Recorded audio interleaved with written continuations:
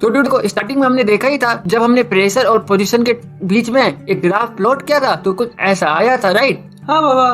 तो यहाँ पर ये जो कंप्रेशन बन रहा था और ये है रेयरफैक्शन, तो इन दोनों के बीच में जो डिस्टेंस होता है ना, वही हमारा वेवलेंथ कहलाता है ड्यूड।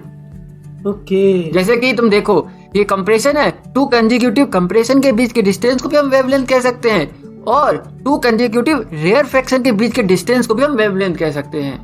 समझ गया बाबा। तो इस ग्राफ की हेल्प से समझो ड्यूड, यहाँ पर जैसे कि ये कंप्रेशन था, तो यहाँ पे 2 कंसेक्यूटिव कंप्रेशन के बीच का डिस्टेंस वेवलेंथ कहलाएगा।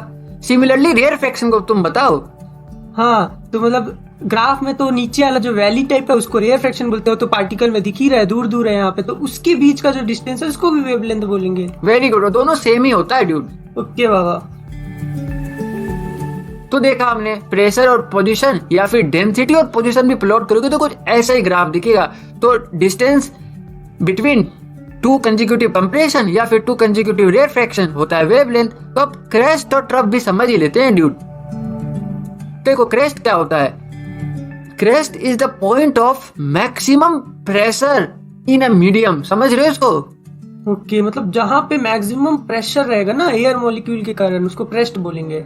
और ट्रफ हो गया मिनिमम प्रेशर का रीजन, समझे? एकदम मिनिमम है ये। समझ गया बाबा, मतलब ये रेयर फ्रैक्शन वाला जगह होगा ना? हाँ, रेयर फ्रैक्शन तो पूरा ही जगह रेयर फ्रैक्शन का है ड्यूड, लेकिन जो सबसे मिनिमम वाला जो पॉइंट दिख रहा है ना, वो कहता है ट्रफ, और जो सबसे मैक्सिमम वाला पॉइंट दिख रहा है वो होता है क्रेस्ट।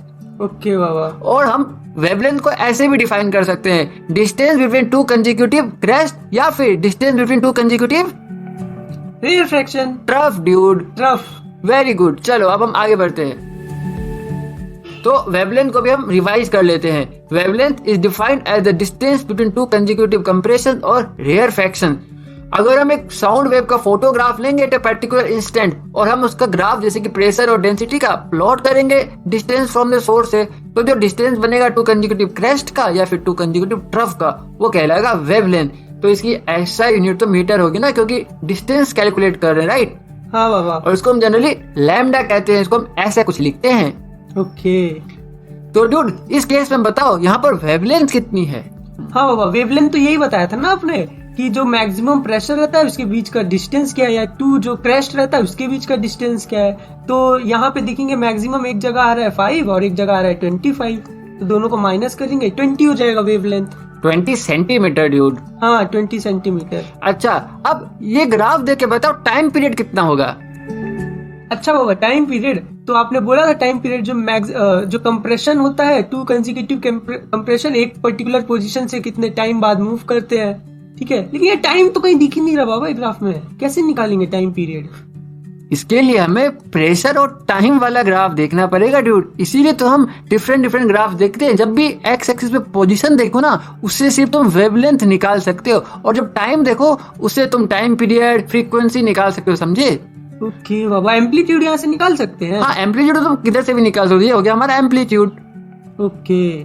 अब बताओ देखकर टाइम पीरियड कितना है? अच्छा बाबा, टाइम पीरियड तो बहुत तरीके से बता सकते हैं। जैसे आपने बताया था एक कंप्लीट ऑसिलेशन कितने सेकंड में हो रहा है, वहां से भी निकाल सकते हैं। तो उसके हिसाब से निकालेंगे तो ये कंप्लीट ऑसिलेशन यहाँ 0.2 सेकंड में हो रहा है, तो क्योंकि ये कंप्लीट कंप्रेशन और रेयरफैक्शन बन रहा है। हाँ बाबा। अब बताओ दूसरा तरीका। दूसरा तरीका तो यही है कि एक पोजीशन से कितने टाइम में पूरा कंसेक्यूटिव कंप्रेशन गुजर रहा है या कंसेक्यूटिव रेयरफैक्शन गुजर रहा है। तो वो भी तो 0.2 सेकेंड है ना ड्यूड? हाँ बाबा।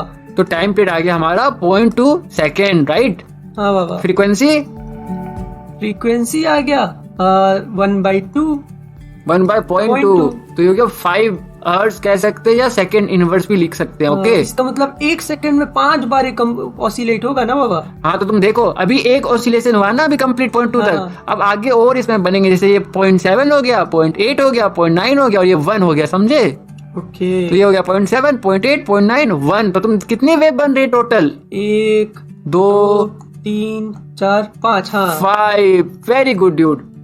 बाबा मेरे को लग रहा है कंटेंट ओवरलोड हो रहा है मेरा। एक बार अच्छे से शॉर्टकट में सब चीज रिवाइज करा दो बाबा, जितना पढ़ाया है आपने। परेशान मत हो डूड, मैं भी काफी कंफ्यूज हुआ था इन सब टॉपिक्स में। चलो आराम से इसको रिवाइज कर लेते हैं अब। तो देखो, पहले तो तुम्हें ध्यान ये रखना है कि एक वेव कंप्लीट कब होती है, जब एक ऐसा शेप बनता है, समझे? ओके बाबा। और जो ऑरेंज वाला रीजन है ये क्या है? ये है कंप्रेशन। और ग्रीन वाला रीजन? रेयरफेक्शन। और ये टॉप मोस्ट पॉइंट? क्रेस्ट। ये बॉटम मोस्ट पॉइंट? ट्रफ। तो इतनी चीजें तुम्हें ध्यान रखनी है, ओके? ओके बाबा। अब देखो, जो बुक्स में तुम पढ़ते हो या तुम्हें एग्जाम्स में जो ज्यादातर फेस करना पड़ेगा ना, या तो वो pressure density versus position graph होगा या प्रेशर वर्सेस टाइम ग्राफ होगा, ओके? हाँ बाबा, इसमें बहुत ज्यादा कंफ्यूज हो रहा हूँ, दोनों में डिफरेंस क्या है और कब क्या देखना है कुछ समझ नहीं आ रहा है। चलो ड्यूड देखते हैं। एक सोर्स है स्पीकर और रिया यहाँ पे खड़ी है। अब देखो, हम एक फोटो ले रहे हैं जब ये स्पीकर साउंड प्रोड्यूस कर रहा था और रिया गाना सुन रही थी। एक फोटो है किसी इंस्टेंट पे, ठीक है? ओके। तो हमने क्या देखा था कि कुछ एयर मॉलिक्यूल्स आपस में पास आ जाएंगे जिसको हम कंप्रेशन कहते हैं। हाँ। तो कहीं दूर चले जाएंगे, रेयरफेक्शन। हाँ। तो जब हम प्रेशर और पोजीशन का ग्राफ बना रहे हैं, वो यही तो बना रहे हैं, देखो ध्यान से। ओके, मतलब एक फोटो है, हर एक डिस्टेंस में कहाँ कंप्रेशन है और हर एक डिस्टेंस में कहाँ रेयरफेक्शन है। एग्जैक्टली। और जो डिस्टेंस बिटवीन टू कंप्रेशन है उसको हम वेवलेंथ कहते हैं ड्यूड। ओके। अब मैं तुम्हें ट्रिक भी बताता हूँ। देखो, जब भी एक्स एक्सिस में तुम्हें मीटर दिखे या सेंटीमीटर दिखे, मतलब क्या है, वो पोजीशन की बात करी गई है। और ऐसे में तुम टू कंसेक्यूटिव क्रेस्ट के बीच का डिस्टेंस निकालोगे, वो तो वेवलेंथ ही आएगा ना। हाँ बाबा। या फिर टू कंसेक्यूटिव कंप्रेशन, या फिर टू कंसेक्यूटिव रेयरफेक्शन, या फिर one compression and one rarefaction, okay? Okay बाबा। तो तुम प्रेशर पोजीशन ग्राफ में कंफ्यूज नहीं होगे और वेवलेंथ कैलकुलेट कर लोगे। लेकिन ये प्रेशर और टाइम का क्या फंड है? देखो ड्यूड, यहाँ पर क्या किया गया प्रेशर वर्सेस टाइम में, कोई एक पोजीशन को ले लिया गया। जैसे इमेजिन करो x इक्वल टू 2 मीटर है, ओके? तो इस x इक्वल टू 2 मीटर पर क्या हो रहा है टाइम के साथ, वो देखा जा रहा है। जैसे कि t इक्वल टू 0 सेकेंड पे देखो पार्टिकल्स अपने नॉर्मल सिचुएशन में थे, राइट? ओके। और t इक्वल टू 1 सेकेंड पर रेयरफेक्शन पहुंच चुका है उस पॉइंट पर और पार्टिकल्स थोड़े दूर दूर हो चुके हैं। ओके। और t इक्वल टू 2 सेकेंड पर कंप्रेशन आ चुका है उसी सेम पॉइंट पर और पार्टिकल्स सब काफी पास आ गए हैं। अच्छा, प्रेशर वर्सेस टाइम में एक ही पोजीशन का देख रहे हैं कैसे चेंज हो रहा है विद रिस्पेक्ट टू टाइम। मतलब एक ही पोजीशन में कभी कंप्रेशन आ रहा है, कभी रेयरफेक्शन आ रहा है। Exactly dude. अब मुझे बताओ, जब भी प्रेशर वर्सेस एक्स एक्सिस में टाइम दिखे, तुम इससे क्या क्या कैलकुलेट कर सकते हो? इससे टाइम पीरियड निकाल लेंगे। ओके। टाइम पीरियड पता चल गया तो फ्रीक्वेंसी।